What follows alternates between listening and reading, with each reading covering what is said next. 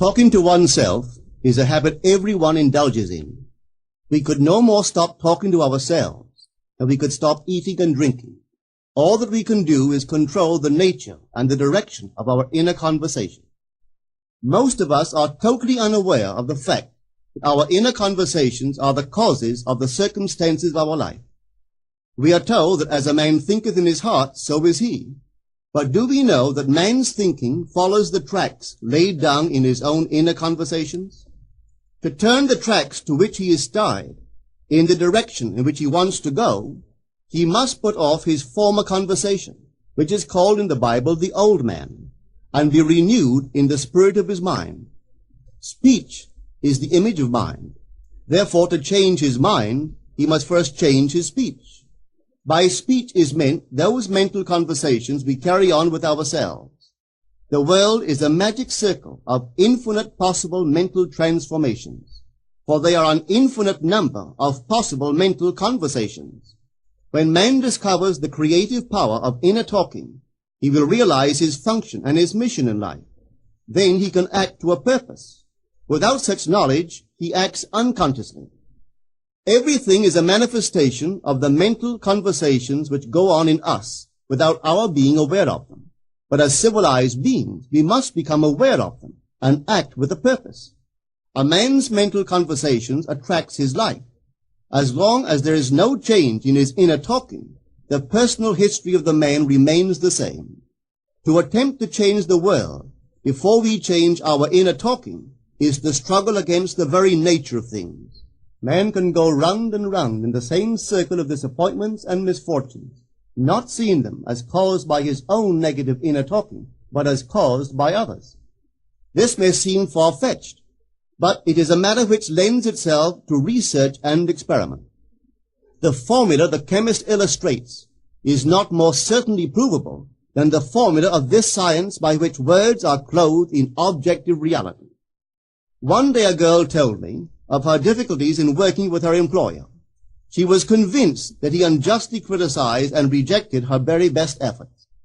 Upon hearing her story, I explained that if she thought him unfair, it was a sure sign that she herself was in need of a new conversation piece. There was no doubt but that she was mentally arguing with her employer, for others only echo that which we whisper to them in secret. She confessed that she argued with him mentally all day long. When she realized what she had been doing, she agreed to change her inner conversations with her employer. She imagined that he had congratulated her on her fine work, and that she, in turn, had thanked him for his praise and kindness. To her great delight, she soon discovered that her own attitude was the cause of all that befell her. The behavior of her employer reversed itself. It echoed, as it had always done, her mental conversations with him. I rarely see a person alone without wondering to what conversation piece is he tied. On what mysterious track is he walking? We must begin to take life consciously, for the solution of all problems lies just in this. The second man, the Lord from heaven in all of us, is trying to become self-conscious in the body, that he may be about his Father's business. What are his labors? To imitate his Father, to become master of the Word, master of his inner talking, that he may mold this world of ours into a likeness with the kingdom of love. The prophet said, "Be ye imitators of God as dear children." How would I imitate God? Well, we are told that God calls things that are not seen as though they were seen, and the unseen become seen. This is the way the girl called forth praise and kindness from her employer. She carried on an imaginary conversation with her employer from the premise that he had praised her work, and he did. Our inner conversations represent in various ways the world we live in. Our individual worlds are self-revelations of our own inner speech. We are told that every idle word that men shall speak, they shall give account thereof. For by their words they shall be justified, and by their words they shall be condemned. We abandon ourselves to negative inner talking, yet expect to retain command of life. Our present mental conversations do not recede into the past as man believes, They advanced into the future to confront us as wasted or invested words. My word, said the prophet, shall not return unto me void, but it shall accomplish that which I please, and it shall prosper in all the things whereto I sent it. How would I send my word to help a friend? I would imagine that I am hearing his voice, that he is physically present, that my hand is on him. I would then congratulate him on his good fortune, tell him that I have never seen him look better. I would listen as though I heard him. I would imagine that he is telling me he has never felt better, he has never been happier. And I would know that in this loving, knowing communion with another, a communion populous with loving thoughts and feelings, that my word was sent, and it shall not return unto me void, but it shall prosper in the thing whereto I sent it. Now is the accepted time. Now is the day of salvation. It is only what is done now that counts, even though its effects may not be visible until tomorrow. We call not aloud, but by an inner effort of intense attention. To listen attentively, as though you heard, is to create. The events and relationships of life are your word made visible. Most of us rob others of their willingness and their ability to be kind and generous by our fixed attitudes towards them. Our attitudes unfold within us in the form of mental conversations. Inner talking from premises of fulfilled desire is the way to consciously create circumstances. Our inner conversations are perpetually outpictured all round us in happenings. Therefore, what we desire to see and hear without, we must see and hear within, for the whole manifested world goes to show us what use we have made of the word. If you practice this art of controlled inner speaking, you too will know what a thrill it is to be able to say, and now I have told you before it come to pass, that when it is come to pass, ye might believe. You will be able to consciously use your imagination to transform and channel the immense creative energies of your inner speech from the mental, emotional level to the physical level. And I do not know what limits, if any, there are to such a process. What is your aim? Does your inner talking match it? It must, you know. If you would realize your aim, or as the prophet asked, can two walk together except they be agreed? And of course the answer is no, they cannot. The two who must agree are your inner conversation and the state desired. That is, what you desire to see and hear without, you must see and hear within. Every stage of man's progress is made by the conscious exercise of his imagination, matching his inner speech to his fulfilled desire. As we control our inner talking, matching it to our fulfilled desires, we can lay aside all other processes. Then we simply act by clear imagination and intention. We imagine the wish fulfilled and carry on mental conversations from that premise. The right inner speech is the speech that would be yours were you to realize your ideal. In other words, it is the speech of fulfilled desire. Now you will understand how wise the ancient was when he told us in the Hermetica, there are two gifts which God has bestowed upon man alone, and on no other mortal creature. These two are mind and speech, and the gift of mind and speech is equivalent to that of immortality. If a man uses these two gifts rightly, he will differ in nothing from the immortals. And when he quits his body, mind and speech will be his guides, and by them he will be brought into the troop of the gods and the souls that have attained to bliss. With the gift of mind and speech, you create the conditions and circumstances of life. In the beginning was the Word, and the Word was with God, and the Word was God. The Word, said Hermes, is Son, and mind is Father of the Word. They are not separate one from the other, for life is the union of word and mind. You and your inner talking or word are one. If your mind is one with your inner conversation, then to be transformed in mind is to be transformed in conversation. It was a flash of the deepest insight that taught Paul to write, put off the former conversation, the old man, which is corrupt, and be renewed in the spirit of your mind. Put on the new man. Put on the new man and be renewed in the spirit of your mind, is to change your inner conversation, for speech and mind are one. A change of speech is a change of mind. The prophet Samuel said, "The Lord spake by me, and his word was in my tongue." If the Lord's word was in the prophet's tongue, then the Lord's mouth that uttered the word must be the prophet's mind. For inner conversations originate in the mind and produce little tiny speech movements in the tongue. The prophet is telling us that the mouth of God is the mind of man, that our inner conversations are the word of God, creating life about us as we create it within ourselves. In the Bible you are told that the word is very near to you, in your mouth and in your heart, that you may do it. See, I have set before you this day life and good, death and evil, blessings and cursings. Choose life. The conditions and circumstances of life are not created by some power external to yourself. They are the conditions which result from the exercise of your freedom of choice, your freedom to choose the ideas to which you will respond. Now is the accepted time. This is the day of salvation.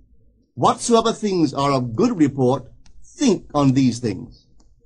For your future will be formed by the word of God, which is your present inner talking.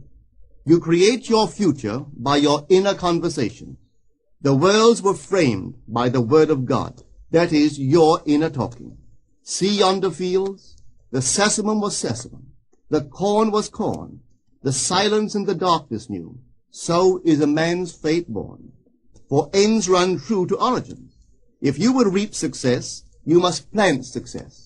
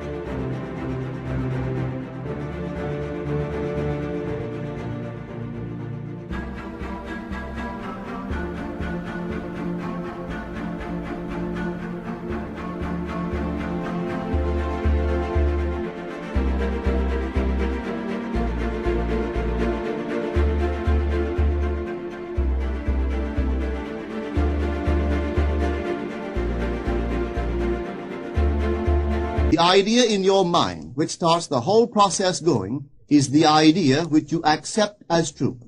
This is a very important point to grasp, for truth depends upon the intensity of imagination, not upon facts.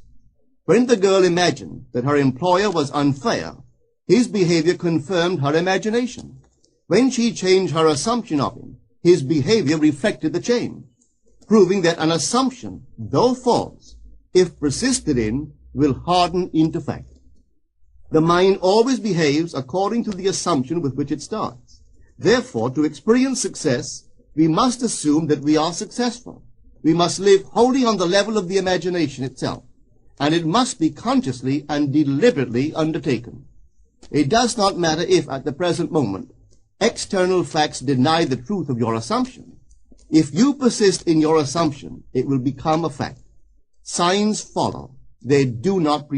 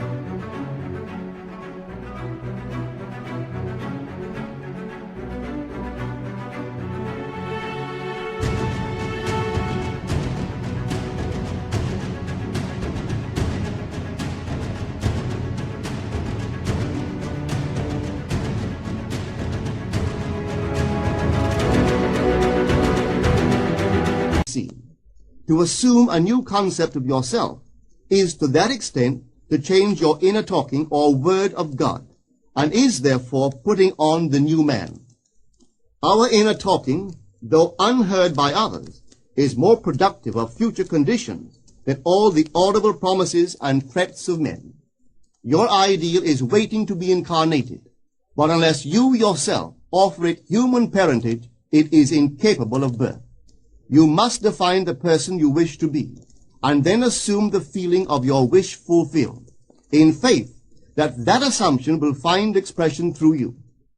The true test of religion is in its use, but men have made it a thing to defend. It is to you that the words are spoken. Blessed is she that believed, for there shall be an accomplishment of those things which are spoken unto her from the Lord. Test it, try it. Conceive yourself to be one that you want to be, and remain faithful to that conception. For life here is only a training ground for image making. Try it and see if life will not shape itself on the model of your imagination. Everything in the world bears witness of the use or misuse of man's inner talking. Negative inner talking, particularly evil and envious inner talking, are the breeding ground of the future battlefields and penitentiaries of the world. Through habit, man has developed a secret affection for these negative inner conversations. Through them he justifies failure, criticizes his neighbors, gloats over the distress of others, and in general pours out his venom on all. Such misuse of the word perpetuates the violence of the world. The transformation of self requires that we meditate on a given phrase, a phrase which implies that our ideal is realized, and inwardly affirm it over and over and over again until we are inwardly affected by its implication, until we are possessed by it. Hold fast to your noble inner convictions or conversations. Nothing can take them from you but yourself. Nothing can stop them from becoming objective facts. All things are generated out of your imagination by the word of God, which is your own inner conversation. And every imagination reaps its own words, which it has inwardly spoken. The great secret of success is a controlled inner conversation from premises of fulfilled desire. The only price you pay for success is the giving up of your former conversation, which belongs to the old man, the unsuccessful man. The time is ripe for many of us to take conscious charge in creating heaven on earth. To consciously and voluntarily use our imagination to inwardly hear and say only that which is in harmony with our ideal is actively bringing heaven to earth. Every time we exercise our imagination lovingly on behalf of another, we are literally mediating God to that one. Always use your imagination masterfully, as a participant, not an onlooker. In using your imagination to transform energy from the mental, emotional level to the physical level, extend your senses. Look and imagine that you are seeing what you want to see, that you are hearing what you want to hear, and touching what you want to touch. Become intensely aware of doing so. Give your imaginary state all the tones and feeling of reality. Keep on doing so until you arouse within yourself the mood of accomplishment and the feeling of relief. This is the active, voluntary use of the imagination, as distinguished from the passive, involuntary acceptance of appearances. It is by this active, voluntary use of the imagination that the second man, the Lord from heaven, is awakened in man. Men call imagination a plaything, the dream faculty, but actually it is the very gateway of reality. Imagination is the way to the state desired. It is the truth of the state desired, and the life of that state desired.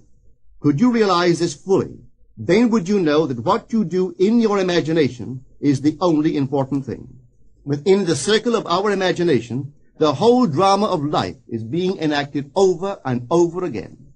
Through the bold and active use of the imagination, we can stretch out our hand and touch a friend 10,000 miles away and bring health and wealth to the parched lips of his being. It is the way to everything in the world. How else could we function beyond our fleshly limitations? But imagination demands of us a fuller living of our dreams in the present. Through the portals of the present, the whole of time must pass. Imagine elsewhere as here, and then as now. Try it and see. You can always tell if you succeeded in making the future dream a present fact by observing your inner talking. If you are inwardly saying what you would audibly say, were you physically present and physically moving about in that place, then you have succeeded.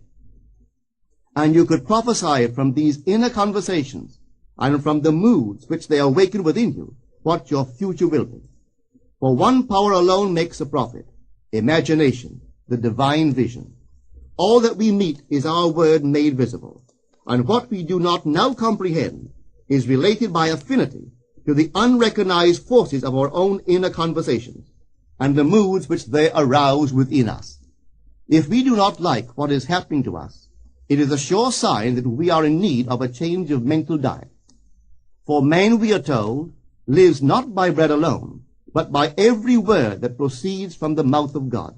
And having discovered the mouth of God to be the mind of man, a mind which lives on words or inner talking, we should feed into our minds only loving, noble thoughts. For with words or inner talking we build our world. Let love's lordly hand raise your hunger and thirst to all that is noble and of good report, and let your mind starve ere you raise your hand to a cup love did not fill, or a bowl love did not bless, that you may never again have to say, "What have I said? What have I done?" O all-powerful human word.